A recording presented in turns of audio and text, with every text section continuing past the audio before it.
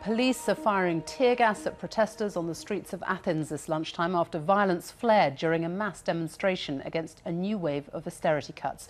Much of Greece has shut down for the start of a two-day national strike. The Greek parliament votes tomorrow on whether or not to adopt the new austerity measures needed to secure a further international bailout. Without it, Greece will run out of money within weeks. Well, John Sopel is in Athens for us now. John. Well, Sophie, thank you very much and welcome to Syntagma Square.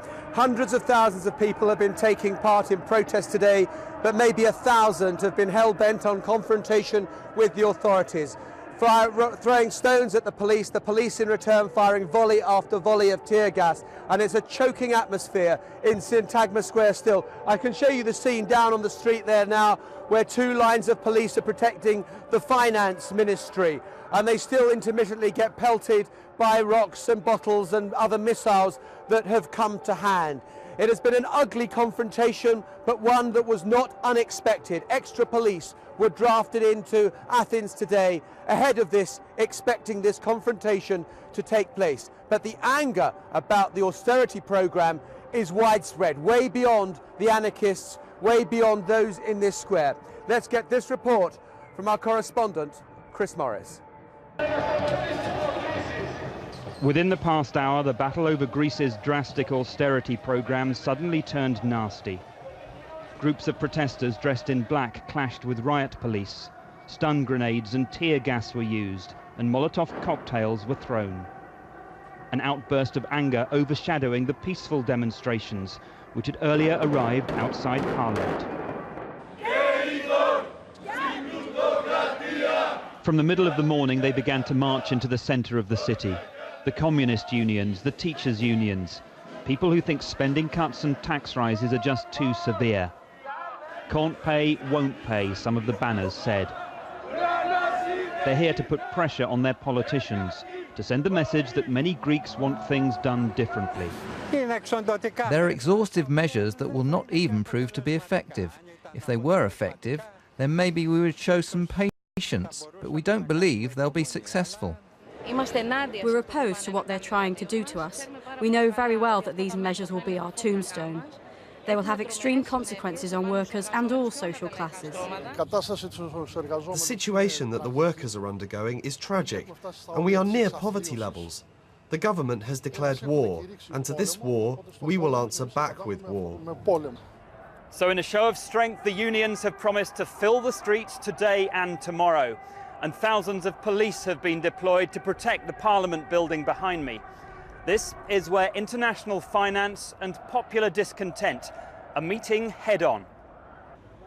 Elsewhere, it was a shutdown as a 48-hour general strike took hold.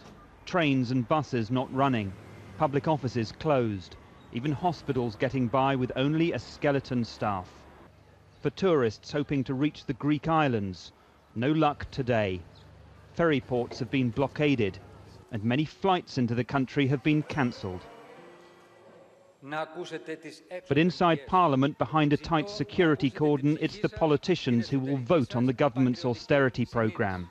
Its passage a condition for releasing further international loans. The Prime Minister says the alternative to economic pain is bankruptcy. The state's coffers will be empty within weeks. Don't listen to pressure from outside, George Papandreou told MPs. Listen to your patriotic conscience. This vote is the only chance for the country to get back on its feet. But they too are determined that their voices will be heard, and the future stability of the Eurozone may depend on what happens here this week. Chris Morris, BBC News, Athens. And the striking thing when you speak to protesters about, don't you fear contagion if Greece defaults or Greece leaves the euro, there is a shrug of the shoulders, and the local people say that is not our problem. At the moment, they believe, many of these people, that anything is better than the austerity programme that is being conducted. And so what we're seeing today across Greece, not just here in Syntagma Square, are protests against the austerity programme, some of it violent, some of it peaceful.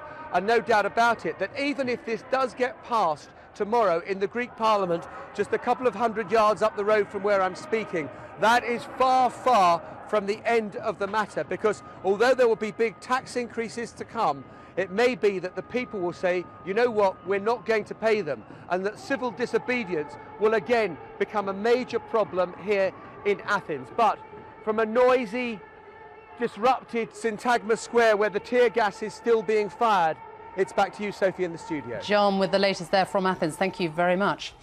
Well, here